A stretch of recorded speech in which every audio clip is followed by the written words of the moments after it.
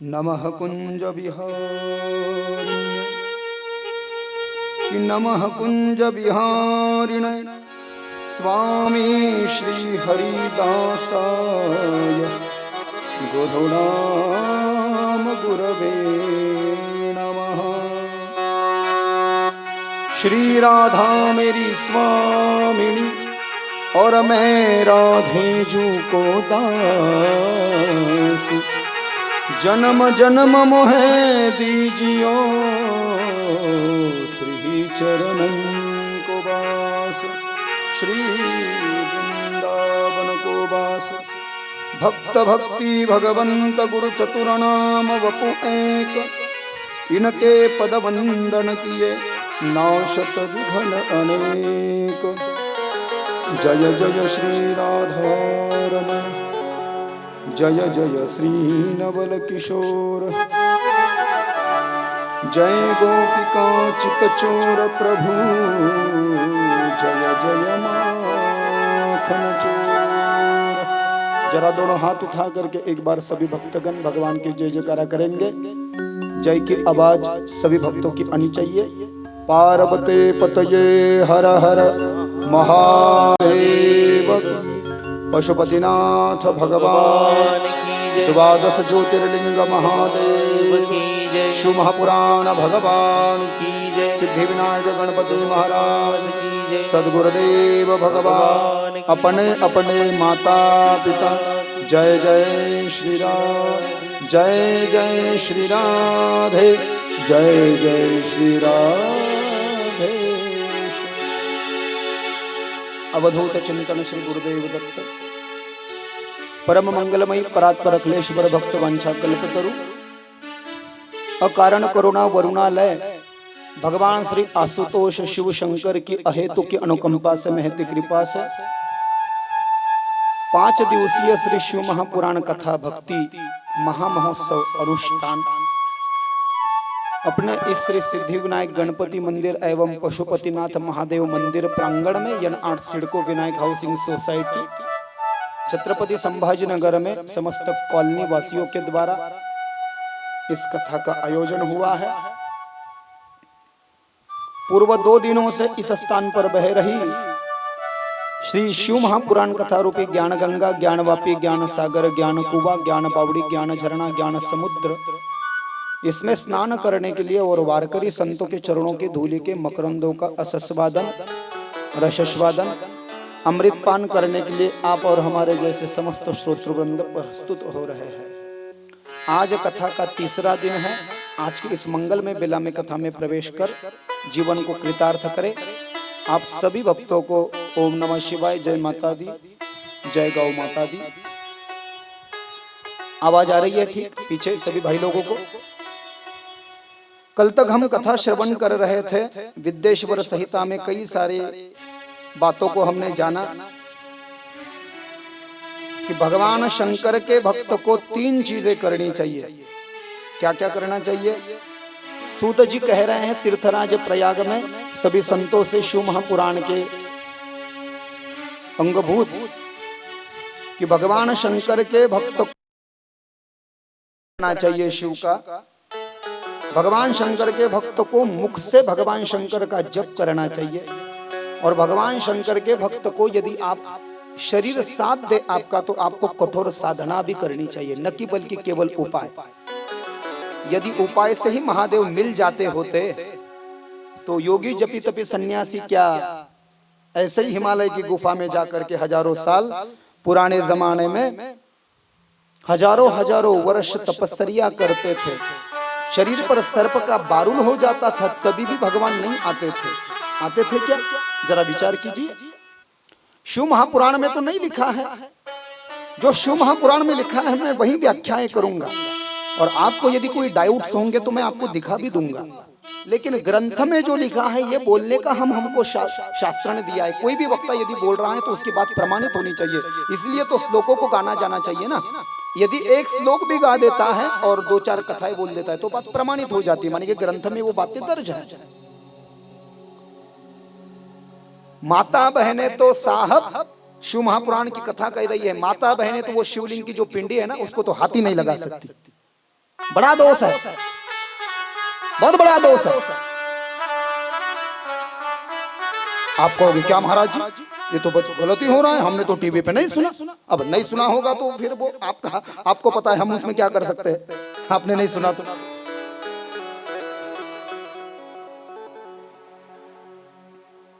एक सिंपल पद्धत आपको पता है क्या? पतिदेव पूजा कर रहे हैं और पत्नी साथ में बैठी है, तो पत्नी का क्या कर्तव्य है? वह बस हाथ को हाथ लगाएगी, बाकी सभी उपचार लड्डू गोपाल को भी, माता बहन हाथ नहीं लगाती, लड्डू गोपाल को भी पतिदेव ही सब करेंगे। आपको हाथ को हाथ लगाना है, क्या लगा नहीं सकती? लगा सकती है। ये जो शिवलिंग है ना, ये बड़ा पवित्र है और शिव महापुराण में इस बात को लिखा है, बिना स्नान के शिवलिंग को तो हाथ ही नहीं लगाना चाहिए, बिना स्नान के। जैसे स्नान करो, फट से शिव मंदिर में चले जाओ और फट से शिव मंदिर में चले जा करके फिर शिव को एक लोटा जल चढ़ाना होता है। माता बहनें बस वेदी को हाथ लगाए, आपको हाथ लगाना भी है, उस शिवलिंग को तो स्नान के पश्चात लगाना चाहिए। अब तो हम आए दिन देख रहे हैं, लोग किसी भी समय शिव के मंदिर में जा रहे हैं। मुझे तो पता नहीं फल मिलने वाला है या नहीं, आपको बस अच्छा लग रहा होगा, लेकिन उसका फल क्या होगा हम नहीं जानते। शिव को स्नान कराने का समय भी शिव महापुराण में लिखा गया है, बात की ओर ध्यान देना। बस सवेरे 6 से 9 स्नान कराना है शिव को। दिन भर हम एक लोटा जल चढ़ा रहे तो ऐसा कैसे होगा? दिन भर ही यदि शिव को हम भिगो रहे हैं तो कब उनको तौलिया से कपड़े गिपड़े पहनने दोगे या नहीं? या दिन भर गिलाई रखोगे भगवान को? और दिन भर यदि वो गीला है तो कपड़ा कब पहनेगा और भोजन कब करेगा और भक्तों की मनोकामनाएं कब पूर्ण करेंगे? जो भक्त घंटियां बजा रहे हैं, घंटियां बजा रहे हैं कि भगवान तुम हमारे लिए दौड़े चले आओ, तो कब आएंगे? मुझे बड़ा गलत लग रहा है, आपको गलत लग भी गया तो चलेगा, मैं आपका पुत्र हूँ, मैं शास्त्र कहने के लिए यहाँ पर आया हूँ, मुझे कहना ही पड़ेगा। किसी भी वस्त्र में भगवान की पूजा करने के लिए नहीं जाना चाहिए। विशेष रूप से जिन कपड़ों का इस्तेमाल हम सोने में कर रहे हैं, जिन कपड़ों का इस्तेमाल हम बाथरूम में कर रहे हैं, अपरस का नाम सुना है? अपरस, वृंदावन में अपरस बोलते हैं, मराठी में कद बोलते हैं, सवल, मराठी मध्ये सवळ म्हणतात त्याला कद। वो क्या है? क्या है वो कद क्या है? वो सवल क्या है? वो भगवान का कपड़ा है। उस कपड़े में बस भगवान की पूजा होनी चाहिए। उस कपड़े में टॉयलेट नहीं जा सकते और उस कपड़े में भोजन भी कर लिया तो वो कपड़ा फिर अपरस नहीं रहता, उसको धोना पड़ता है। ऐसा शास्त्र है ना, ये तो शास्त्र है ना, तस्मात् शास्त्रम प्रमाणम ते। बाकी महाराज लोग तो नहीं बोल रहे कि दिन भर शिव को स्नान कराओ, किसी भी वस्त्र में चले जाओ, कभी भी एक लोटा जल लेकर के चले जाओ, ड्यूटी से आने के बाद में भी जाओ, ऐसे से नहीं होगा। आपको लग रहा होगा भक्ति, लेकिन ये भक्ति नहीं है। ये तो वही लोग कर रहे हैं जिनका भक्ति से विश्वास उठ गया है, या जिनको अपने जो मालाएं हम फेर रहे हैं उस माला पर विश्वास नहीं रहा है। इसका मतलब please don't take it personal, बिल्कुल गलत मत लेना मेरे अर्थ को। आप बोलोगे कहाँ है तो दिखा दे दूंगा खुल करके, खुला कर। अभी देखना आप कथा होने के बाद में आपको पूरे संदर्भ में विद प्रमाण से यहाँ पर दूंगा। गलत नहीं है। आप एक लोटा क्यों चढ़ाते हो? आप 2 लोटा चढ़ाइए ना, लेकिन उसका समय है ना।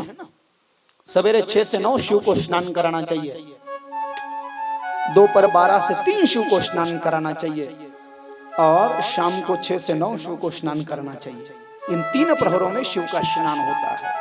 प्रदोष काल में शिव का अभिषेक करना चाहिए। प्रदोष काल माने कि शाम के 4:30 बजे से 6:45 का समय। गन्ने के रस से यदि शिव के शिवलिंग का अभिषेक किया जाए, दत्तात्रेय को क्या माता बहनें हाथ लगा सकती हैं? बोलना ना सही, लगा सकती है।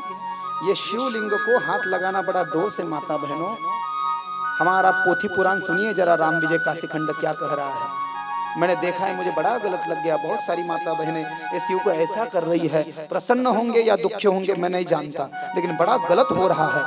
जिनको बोलना चाहिए वास्तविक रूप में वो तो नहीं बोल रहे, हम उसमें कुछ नहीं कर सकते। जो राह सच है वो तो नहीं बोल रहे, हम उसमें क्या कर सकते हैं? कभी भी माता बहनों को शिव को ऐसे नहीं करना चाहिए, रगड़ना नहीं चाहिए, बड़ा दोष हो जाएगा मेरी माता बहनों, समझो इस बात को।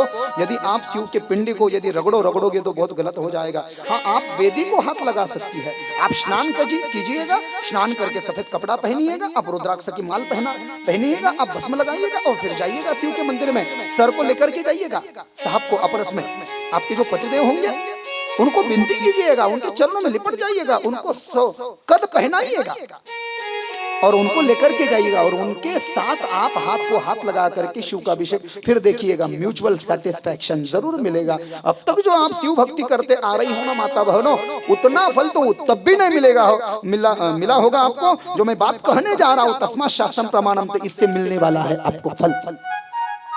बस हाथों को हाथ लगाने मात्र से।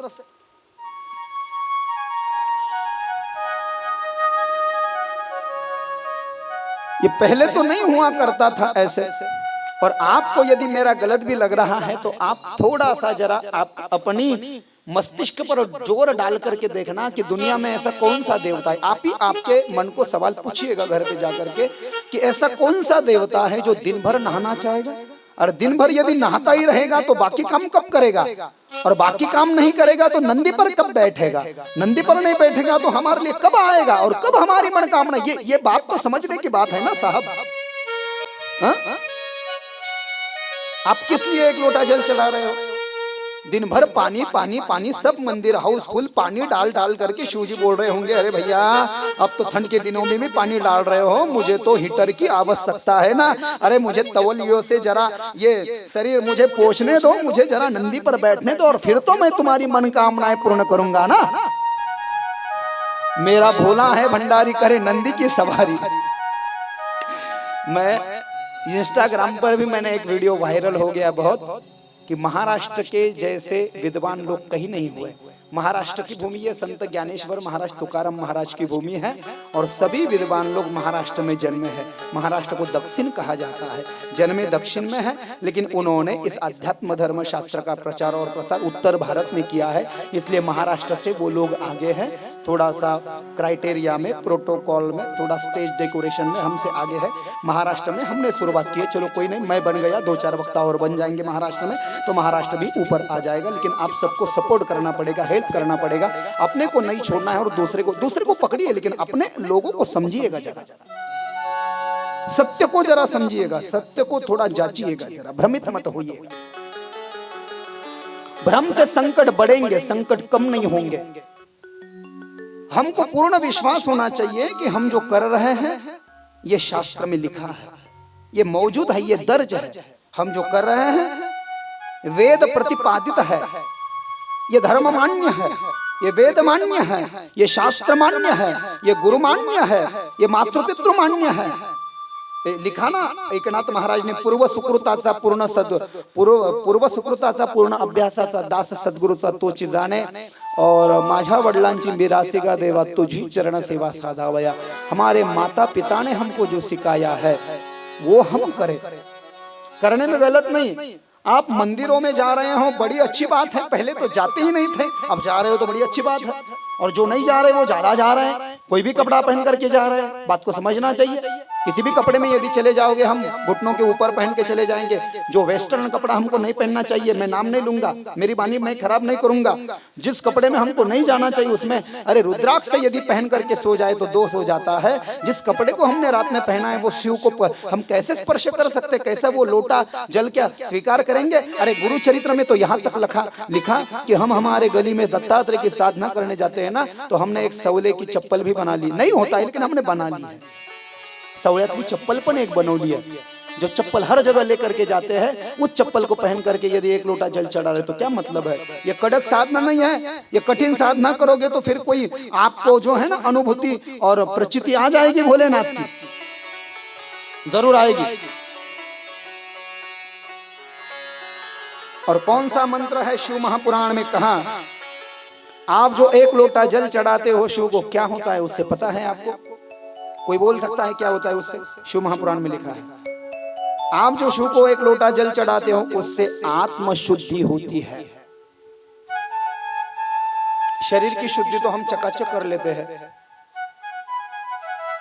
Many things available at our home, everybody home. Dio, like perfume, like a better protocol to AC. Mostly AC is available in our home. Many fans, coolers, many sofas, dynamic hall. ये सब available है। ये शरीर के शुद्धि के साधन है, लेकिन आत्मा की शुद्धि कैसे करोगे? बाहर से देखा तो बड़ा चकाचक लग रहा है, लेकिन अंदर में जरा खोल करके देखना तो अंदर पूरा ट्रैफिक जाम है। यदि कोई देखे अपने आप के शरीर में झांके तो वोमिटिंग कर देगा, उल्टी कर देगा तुरंत जगह पर, इतना गंदा है अंदर। तो शिव को जो आप एक लोटा जल चढ़ाते हो ना, सुत जी कहते हैं, वो शिव को एक लोटा जल चढ़ाने से आत्मा की शुद्धि होती है। विवेकानंद जी ने कहा, क्यों? शरीर तो ये जन्मा है, शरीर मरेगा, शरीर गंदा है, शरीर मरने वाला है, वो किरड़ने वाला है, वो नाश होने वाला है, इसलिए वो तो गंदगी से भरा है, वो तो भरपूर है। लेकिन उसके अंदर जो आत्मा है ना, body is gone but soul is nothing gone. It's an principle. ये बड़ा तत्व है शास्त्र का। नयनम छिन्दन्ति शस्त्राणि नयनम दहति पावकाः न चैनम क्लेदयन्त्यापो न शोषयति मारुतः। श्रीमद् भगवद गीता अध्याय नंबर 2 और श्लोक नंबर 23। भगवान उवाच, भगवान श्री कृष्ण अर्जुन जी को गीता में कह रहे हैं कि अर्जुन, शरीर ही जन्म लेता है, बार बार शरीर ही मरता है, लेकिन इसके अंदर जो आत्मा है ना, वह आत्मा अमर है। और वह आत्मा इस शरीर को इस तरह छोड़ देती है जैसे कि मानो कोई आदमी रोज शर्ट बदल रहा है, कपड़ा बदल रहा है। ये शर्ट मुझे अच्छा नहीं लगा ना काकू, कुलकर्णी काकू, तो कल मैं इसको निकाल दूंगा, मैं दूसरा पहनूंगा। वैसे ही हमारे अंदर जो सोल है, आत्मा, ये आत्मा इस शरीर को छोड़ देती है साहब। और इसलिए ये आत्मा शुद्ध होकर के स्वर्ग में जाएगी ना, तो पुण्यों को उपभोग करेगी। इसलिए शिव को एक लोटा जल चढ़ाया जाता है। ये तो आपको किसी ने सुनाया ही नहीं है आज तक। चढ़ाना है बस, लेकिन क्यों चढ़ाना है? तो आत्मा की शुद्धि के लिए चढ़ाना है। आत्मा की शुद्धि के लिए शिव को यदि जल चढ़ाना चाहिए तो हमारी कितनी शुद्धि होनी चाहिए? हमारा वस्त्र भी, क्या बोलेंगे उसको मराठी में, धूत वस्त्र। हाँ, धूत वस्त्र कमीत कमी नाही सवळ नाही कत। माता मौल्यांनो, कमीत कमी तुम्ही धुतलेलं वस्त्र घालाल की नाही? महादेवाच्या मंदिरात जाण्याकरता तुम्ही म्हणाल महाराज आम्ही घालतो, मी तुमचं नाही सांगत आहे, मी जेन्युइन बोलतो आहे सबके लिए। हे सगळ्यांना करता है। भक्ति से आपको लाभ मिले न मिले, लेकिन समाधान मिलना चाहिए। ये जो हम कर रहे हैं तो हमारी तो बड़ी प्रगति हो रही है, हम तो बड़े आगे जा रहे हैं। दो चीजें ऐसी हैं, माता रानी की जब पूजा करोगे तो माता रानी की पूजा में महिलाओं का स्पर्श होता है, पतिदेव बाजू में खड़े रहेंगे देवी भागवत में। और दत्तात्रेय की पूजा करते वक्त माता बहन अपने पतिदेव के हाथ को हाथ लगाएगी। वैसे ही सभी पूजा का विधान है धर्म शास्त्र में। अर्धांगिनी क्यों कहा गया है पत्नी को, ये बात जानो ना जरा। पतिदेव के हाथ को हाथ लगा दिया तो हो गया, पति नहीं है तो आप जा सकती है। लेकिन शिव की पूजा में जाकर के बिना स्नान के शिवलिंग को यदि स्पर्श किया जाए, आप 12 ज्योतिर्लिंगों में चले जाना, 12 ज्योतिर्लिंगों में बस कृष्णेश्वर महादेव का ही स्पर्श किया जाएगा, अन्य ज्योतिर्लिंगों का स्पर्श नहीं किया जाता है। इस बात को समझो क्यों निषिद्ध है कि स्नान नहीं होता है, हर वक्त स्नान करके हम नहीं जा सकते हैं। इसलिए पूरे मंदिर जो भारत में शिव के हैं, ठाकुर के हैं, राम के, स्पर्श नहीं दिया जाता है। जीव घर में पुलकांकित जीव होता है, कहाँ से आया है पता नहीं है, इसलिए दूर से ही दर्शन होता है, दूर से ही दीदार होता है। हमको तो लगता होगा कि हम हाथ लगा रहे हैं, आपको पुण्य लगता होगा, लेकिन जाने अनजाने में पाप न बन जाए कहीं वो। आप समझ रहे होंगे पुण्य, लेकिन पाप न बन जाए वो। तो भोलेनाथ को एक लोटा जल चढ़ाने से, रुद्राभिषेक करने से आत्मा की शुद्धि हो जाती है। भस्म क्यों लगाया जाता है शिव को? क्यों लगाया जाता है? शिव को भस्म लगाने से पुण्य की वृद्धि होती है। शिव महापुराण में लिखा है, सुत जी कह रहे हैं, शंकराला एक तांब्या भरून पाणी जर का घातलं, म्हणजे स्नान घातलं, तर आत्म्याची शुद्धी होते। आणि शंकरजींना भस्म लावलं, दॅट इज दी परफेक्ट, काय म्हणता येईल त्याला, फॉर्म्युला। त्याचा एक फॉर्म्युला, शंकराला भस्म लावण्याचा एक विशिष्ट फॉर्म्युला आहे, पुढे कथा येईल, मी लगेच सांगतो. कोणत्याही टायमाला कसंही भस्म लावून दिलं आणि भस्म कुठं लावल्या गेलं पाहिजे त्या महादेवाच्या पूर्ण विधीला ही माहिती असणं गरजेचं आहे. तर महादेवाला भस्म लावल्यानं पुण्य अर्पण होतं. शिव जी को भोग बताने से क्या होता है? भोग बताने से आयु की वृद्धि होती है, अकाल मृत्यु टल जाती है. नैवेद्य यदि शिव को बताओ तो अकाल मृत्यु वो मरे जो कर्म करे चंडाल का, और कल भी उसका क्या करे जो भक्त हो महाकाल का. शिव को एक लोटा जल चढ़ाने से आत्मशुद्धि होती है, शिव को भस्म लगाने से पुण्य की वृद्धि होती है, शिव को नैवेद्य दिखाने से आयु की वृद्धि होती है, और शिव को धूप बताने से, धूप और दीप माने की अगरबत्ती लगाने से जो है ना वो धन की वृद्धि होती है. शिव की आरती करने से जो है ना, शिव की जो आरती करते हैं हम, लौथौती विकराल जय शिव ओमकारा, आरती करने से ज्ञान की वृद्धि होती है, ज्ञान बढ़ेगा, utilisation. Your vocabulary is very bright, you know. एक बार पढ़ लोगे तो ध्यान में रह जाएगा. ये शिव की आरती का लाभ है. शिव की आरती करोगे तो ज्ञान की वृद्धि हो जाएगी. मीठा मसाला पान का नाम सुना है? शास्त्रीय परिभाषा में उसको तांबुल कहते हैं. कौन कौन चढ़ाता है? शिव को यदि खीर चढ़ा दी जाए, सूजी का हलवा चढ़ा दिया जाए गेहूं के आटे का, तो पान जरूर देना चाहिए, तांबुल, चेरी आदि आदि डाल करके 13 चीजें डालना चाहिए. तांबुल माने कि खाने वाला मीठा पान यदि शिव को चढ़ाया जाए तो उत्तम भोग प्राप्त होते हैं. जीवन जीते जीते हमको अच्छी अच्छी चीजें मिलेगी शिव को यदि हम देंगे तो. क्या? पान. और जिसको जैसे भी शक्य है वो अपने शिवलिंग की पूजा करे, मानस पूजा भी कर सकते हैं. आगे कहा शिव की पूजा के बाद में भगवान गणपति की पूजा करनी चाहिए. ये उनके पुत्र गणपति बप्पा यहाँ बैठे हैं. शिव की पूजा करे, गणेश जी की पूजा करे. गणेश जी की पूजा करने से पुत्र प्राप्ति हो जाती है, इच्छित मनोरथ पूर्ण हो जाता है. विष्णु की पूजा करने से भी स्वरूप की प्राप्ति हो जाती है. और श्रावण मास में माँ अंबिका की पूजा करने से जो है वो सभी मनोकामनाएं पूर्ण हो जाती है. अंबिका का पूजन करने से सौभाग्य की वृद्धि हो जाती है. आगे ओम नमः शिवाय मंत्र की महिमा कही है. ओम नमः शिवाय ये जो मंत्र है, यही मंत्र शिव महापुराण में आया हुआ मंत्र है. श्री शिवाय नमस्तुभ्यम, इस मंत्र का वर्णन शिव महापुराण में नहीं है, ये शिव महापुराण का दर्शन नहीं है. आप गा रहे हो, बहुत अच्छी बात है. कहाँ से है हमको भी नहीं पता, हो तो बता देना कि किस ग्रंथ में लिखा है. श्री शिवाय नमस्तुभ्यम मंत्र ये 24,000 श्लोकों में नहीं है. शिव महापुराण का मूल मंत्र है ओम नमः शिवाय. ओम ये सूक्ष्म प्रणव है और नमः शिवाय ये स्थूल प्रणव है. ये मैं नहीं कह रहा हूँ, ये सभी संतों की कथा सुन लेना, गिरी बापू की, गोस्वामी मृदुल कृष्ण की, जितने भी बड़े बड़े कथाकार है वो बोल रहे ये मंत्र नहीं है. आपको लगेगा आज तो बड़े सीरियस दिखाई दे रहा हूँ आप, मैं अच्छी बात कर रहा हूँ. झूठ बोलूं क्या? फिर झूठ बोलने से अच्छा लग जाए तो मैं भी झूठ बोलता हूँ.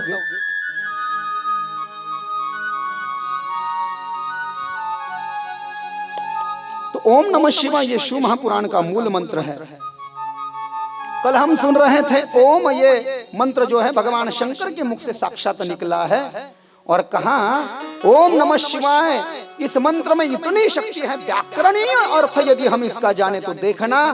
प्रणव, ओम को प्रणव कहा है, एकाक्षर ब्रह्म कहा है, शिव का स्वरूप कहा है. शिव के मुख से ओम का जन्म हुआ है, ओम से नमः शिवाय का जन्म हुआ है. ओम नमः शिवाय से सभी व्यंजन स्वर बने हैं, उसी से गायत्री मंत्र बना है. ये ओम नमः शिवाय कितना मूल है. अरे संसार का मूलाधार है ओम नमः शिवाय, इससे बढ़िया कोई मंत्र हो ही नहीं सकता शिव का. देखिएगा ओम को प्रणव कहा गया है. और प्रणव का क्या अर्थ होता है? व्याकरणीय अर्थ यदि करे, प्र माने की प्रपंच, माने की प्रकृति भी कह सकते हैं. प्रमाणे की प्रकृति अधिक नव, व्याकरणीय अर्थ संधि विग्रह प्र प्लस नव.